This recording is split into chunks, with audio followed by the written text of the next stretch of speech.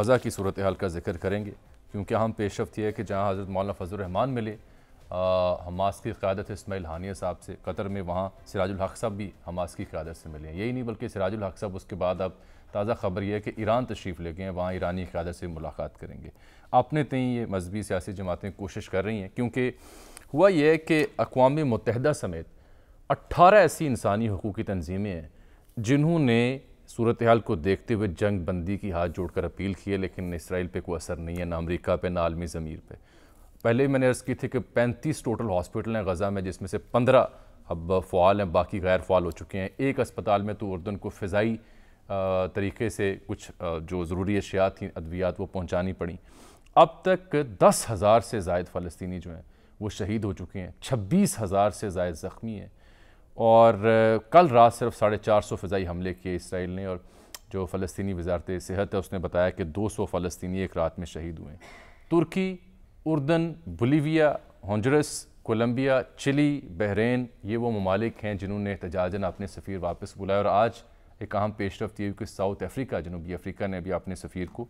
Consultation کے لیے واپس بلا لیا ہے۔ ایک واحد دماغی اسپتال تھا سر وہاں پہ پورے غزہ میں، جو دماغی امراض کا شکار لوگوں کا علاج کرتا تھا، وہ بھی تباہ کر دیا۔ اب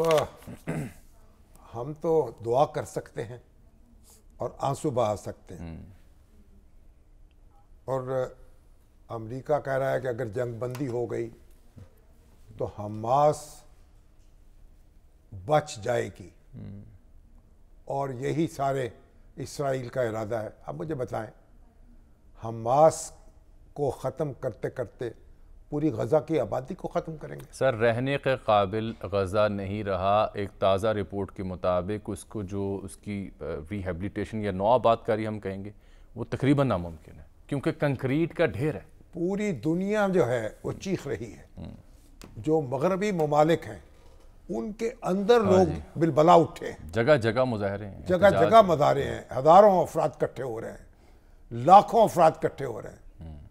اور پاکستان میں بھی ظاہر ہے کہ ہر شخص پریشان ہے۔ ٹی ایل پی نے بڑا مظاہرہ کیا، جماعت اسلامی نے کتنے مظاہرے کیے ہیں، جمعیت علماء اسلام نے تو جماعت اسلامی سے مجھے یاد ہے قائم مقام امیر ابھی جو ہے اجتماع کیا، سراج الحق صاحب کے دم موجودگی میں، وہ لیاقت بلوچ صاحب ہیں۔ سراج الحق صاحب گئے ہیں ایران،